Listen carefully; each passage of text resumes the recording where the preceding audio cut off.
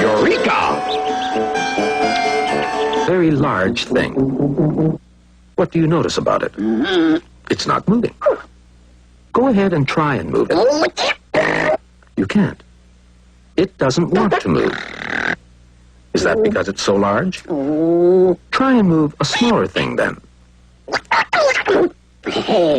Well, you managed to move that a little way, but it was a great effort. It was as if it still didn't want to move. Even tiny things are reluctant to move. Even a pebble takes some effort to shift. This is the first rule of physics.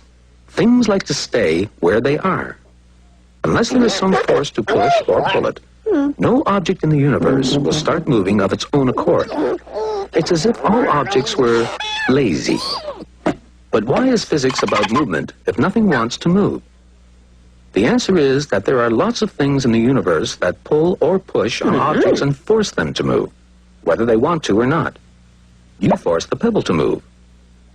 And since things are lazy, you'd expect your pebble to try and stop moving as soon as possible, wouldn't you? Well, you'd be wrong. Strangely enough, although when the pebble was at rest, it wanted to stay at rest. Now that it's moving, it wants to keep on moving. In fact, it would like to keep on moving forever and ever.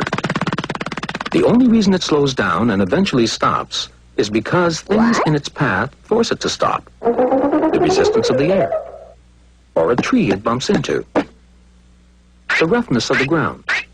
But if there were no air or rough ground or trees to get in its way, if you were in outer space, for example, when you kicked your pebble, it really would go on moving forever and ever. It would never stop. So how can we say that objects are lazy? If the pebble's moving, it's not being lazy, is it? Yes, it is. It takes just as much effort to stop moving as to start moving. You get a feeling for this when you're ice skating. When there's hardly any resistance to your movement and it's easier to keep on gliding along than to stop. The same goes for the pebble.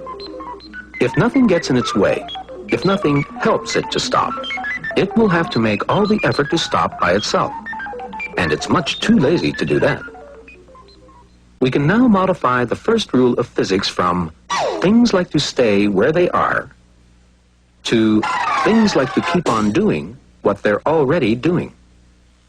If a thing is at rest, it wants to stay at rest. If it is moving, it wants to keep on moving. In other words, there is lots and lots of laziness in the universe.